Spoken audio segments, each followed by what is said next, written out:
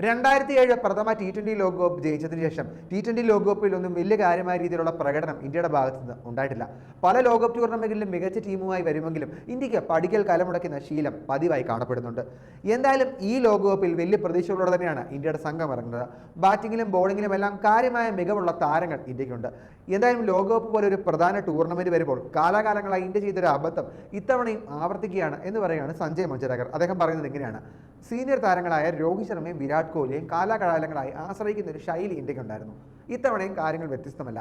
അവരിലൂടെ തന്നെയാണ് ഇന്ത്യയുടെ ബാറ്റിങ്ങിൻ്റെ രീതികളെല്ലാം മുമ്പോട്ട് പോകുന്നത്. എന്നാൽ ഈ താരങ്ങളെങ്ങാനും പരാജയപ്പെട്ടാൽ ഇന്ത്യയുടെ സാധ്യതകൾ ഇടിയും. വിരാട് കോഹ്ലിയെ സംബന്ധിച്ച് അദ്ദേഹം ഓപ്പണറായി ഇറങ്ങിയാൽ മാത്രമേ T20യിൽ അദ്ദേഹത്തിൻ്റെ ഫുൾ പൊട്ടൻഷ്യൽ അദ്ദേഹത്തിന് കളിക്കാൻ സാധിക്കുകയുള്ളൂ. രോഹിത് ശർമ്മയും ഓപ്പണറാണ്. അങ്ങനെ വരുമ്പോൾ ജയ്സ്വാളിനെ പോലെ ഒരു താരത്തിന് സ്ഥാനം നഷ്ടപ്പെടും.